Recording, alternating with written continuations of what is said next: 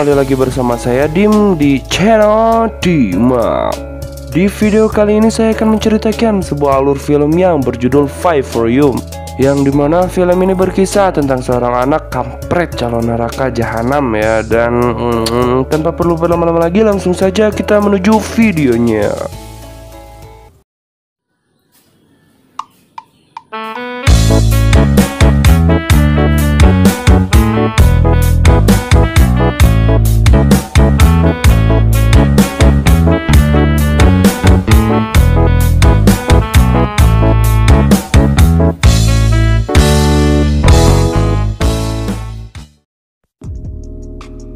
Di awal film diperlihatkan seekor anak burung yang seseledak dan membuang seluruh telur beserta anakan burung yang dimana sebenarnya kalah pemilik sangkarnya. Dan ini induk burung dari anak-anak yang sudah die oleh parasit ini. Burung ini bernama burung koku.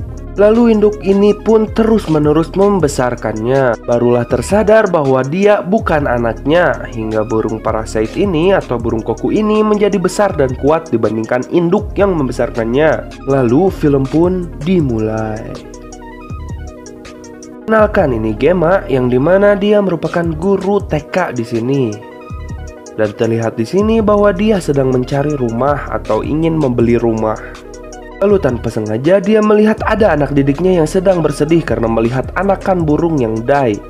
Lalu Gema pun menjelaskan bahwa burung itu die karena dibunuh oleh burung koku, yang dimana burung koku bisa hidup dengan tinggal di sangkar burung lain, membunuh seluruh penghuni di sangkar tersebut hingga dia menjadi besar. Dia pun membunuh induknya atau meninggalkannya. Lalu setelah itu, rupanya di atas pohon terdapat kekasihnya yang bernama Tom yang bekerja di sana dan langsung mengubur mayit manuk tersebut. Setelah dari sekolah, mereka pun berniat untuk pergi menuju tempat pembelian rumah, dan dia pun datang ke sebuah tempat tersebut. Dan yang melayani mereka bernama Martin. Dengan sikap yang sedikit aneh, Martin pun dengan sedikit paksaan mengajak mereka untuk mengikutinya menuju rumah yang dia maksud. Hingga sampailah mereka di sebuah perumahannya, yang terlihat seluruh perumahan di sini sangat mirip atau serupa semua.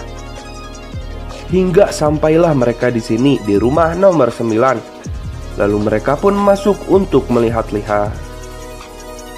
Lalu si Martin pun menawarkan minuman dan stroberi, namun mereka berdua menolaknya. Setelah itu Martin pun mengajaknya untuk melihat kamar anak lelaki yang sepertinya sudah diprediksi olehnya.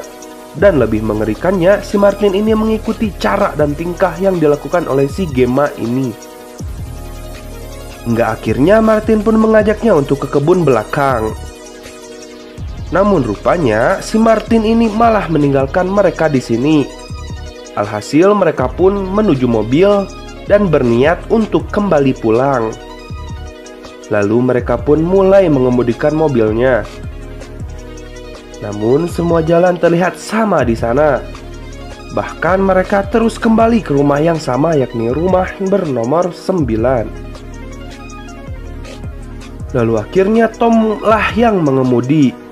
Dan terlihat di handphone bahwa tidak terdapat sinyal sedikit pun.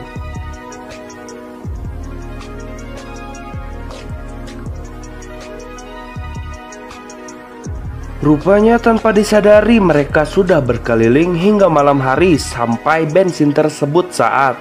Namun mereka tetap saja berada di rumah nomor 9 ini. Lalu mereka pun memilih untuk masuk dan menginap di rumah tersebut. Saat malam harinya mereka pun meminum dan memakan buah yang ditawarkan oleh si Martin tadi. Namun anehnya buah tersebut hambar.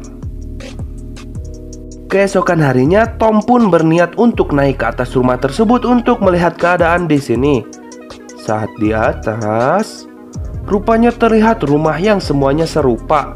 Hingga akhirnya mereka pun memilih untuk berjalan dan melewati setiap kebun yang berada di sana dengan harapan bisa menemukan jalan keluar. Hingga sampailah mereka di sebuah rumah yang lampunya menyala. Dan saat dimasuki, rupanya itu masih di rumah nomor 9 ini. Dan di depan rumah ini terdapat sebuah kotak berisi banyak makanan. Lalu si Tom pun membawanya ke dalam dan membakar rumah tersebut dengan tujuan bahwa itu merupakan simbol bahwa mereka berada di sini. Hingga akhirnya mereka pun tertidur di depan rumah. Dan saat terbangun, rupanya kini kotak tersebut berisi bayi laki-laki dan bertuliskan, "Besarkan anak ini dan kalian akan dibebaskan." Ditambah rumah yang dia bakar kemarin rupanya sudah kembali seperti semula. Beberapa bulan pun terlewati hingga anak itu sudah besar. Benar cuy, beberapa bulan. Lanjut, dengan anak itu yang terus mengamati mereka dari mulai bangun tidur, dan dia terus mengikuti tingkah laku yang dilakukan oleh Gemma dan Tom. Dan anak ini memiliki suara yang sangat aneh dan pertumbuhannya sangat cepat setiap harinya, seperti yang kata gue tadi. Dan lebih pika sebelumnya, anak ini sangat goreng adat karena jika mereka tidak menuruti perintahnya, dia akan berteriak sangat keras hingga permintaannya terpenuhi. Lalu saat sebat, karena kesal dia pun melemparkannya kepada anak tersebut. Dan ya, rupanya rumput tersebut seperti terbuat dari plastik. Lalu Tom pun terus-menerus menggalinya. Namun dia tidak kunjung menemukan tanahnya dan hanya barangkal atau sampah bekas bangunan saja. Lalu hari ke hari pun mereka lalui dengan anak itu yang terus mengikuti dan seperti sedang mempelajari tingkah laku mereka. Dan Tom yang terus menggali dengan harapan bisa menemukan dasarnya dan pergi ke suatu tempat dari sana. Dan diperlihatkan di sini kebiasaan dari anak tersebut, yaitu menonton TV dengan acara TV yang hanya menayangkan hal aneh tersebut. Saat malam hari mereka pun menenangkan diri mereka di sana, dan rupanya aki mobil masih berfungsi dan menyetelkan sebuah lagu yang dimana mereka belum pernah mendengarnya lagi semenjak mereka berada di sini. Lalu mereka pun menari bersama di sana. Namun gelehnya budak bedegong itu pun datang dan ikut menari bersama mereka. Seperti perasaan saya, si Tom pun langsung mencok slam anak tersebut. Namun anak tersebut atau si Gemma ini sudah mulai menyayanginya. Akhirnya dia pun membawanya, menenangkannya, dan menidurkannya. Bukannya balas kasih, dia pun malah berteriak dan entah apa maksudnya. Hingga pagi harinya anak tersebut pun masuk ke kamar mereka lalu berteriak dan mengikuti perkataan dari si Gemma ini. Lalu setelah itu Tom pun melanjutkan penggaliannya hingga sampailah di mana dia mendengar bahwa terdapat suara di dalam sana yang membuatnya semakin bersemangat. Hingga sampailah pada satu hari di mana Tom sudah sangat kesal kepada anak tersebut. Lalu Tom pun langsung membawanya ke mobil dan berniat mengurungnya di dalam mobil hingga dia mati kelaparan di sana. Namun di sini Gemma yang merasa kasihan kepadanya langsung mengambil kunci tersebut dan mengeluarkannya dari sana. Dan terlihat bahwa Gemma sudah mulai bisa menerima dan menyayangi anak itu. Dan keesokan harinya Gemma semakin dekat dengan anak tersebut dan mulai menjaga jarak dengan Tom. Keesokan harinya anak tersebut pun menghilang. Hingga sore harinya rupanya anak tersebut pun kembali datang dan membawa sebuah buku di tangannya. Lalu saat malam hari Gemma pun mulai membaca dan mempelajarinya. Namun dalam buku tersebut hanya terdapat gambar-gambar aneh dan bertuliskan tulisan-tulisan aneh lainnya. Dan terlihat di sini bahwa Tom mulai sakit-sakitan. Lalu saat anak tersebut sedang menonton acara kesukaannya, Gemma pun bertanya mengenai orang yang ia temui tadi. Namun anak tersebut menjawab bahwa itu dilarang untuk menyebutkannya. Lalu Gemma pun mematikan TV. Lalu dia pun berniat atau memiliki sebuah ide dengan bermain game berpura-pura atau game meniru. Hingga akhirnya Gemma menyuruh untuk menirukan orang yang ia temui tadi. Dan begitu terkejutnya Gemma saat melihatnya. Lalu tanpa terasa anak itu sudah tumbuh menjadi dewasa, dengan Tom yang semakin parah akan sakit-sakitnya. Lalu di sini Gemma pun menyesali mengapa dia tidak membiarkan Tom untuk membunuh anak itu saat itu. Dah bedegong penurut kalala kita. Oke, lanjut. Lalu kini saatnya anak tersebut pergi. Namun kali ini Gemma berusaha untuk mengikutinya, hingga sampai di mana dia kehilangan jejak anak tersebut. Dan Tom, dia terus menggali tanah tersebut, hingga sampailah dia menemukan sebuah benda di sana. Dan saat ditilik-tilik, ternyata itu merupakan mayat yang terbungkus plastik. Dia pun langsung menuju atas akibat teruas.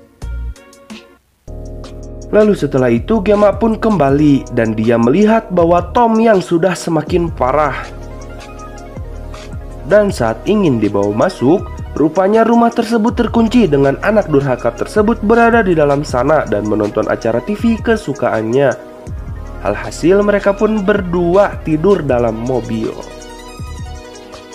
Keesokan harinya, anak tersebut pun dengan santainya berkata bahwa mungkin ini waktunya dia untuk dibebaskan. Ya, dengan kata lain dibebaskan di sini berarti die. Hingga sampailah di mana Tom menjemput ajalnya dalam pangkuan si Gemma. Lalu malam harinya anak tersebut pun datang dengan membawa kotak berisi kantung mayit.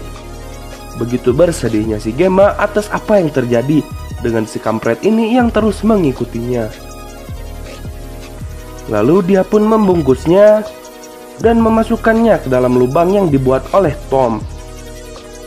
Keesokan harinya, yang dimana Gemma sudah sangat sebal karenanya, dia pun berniat membunuhnya. Alhasil dia pun akan membacoknya menggunakan pickaxe.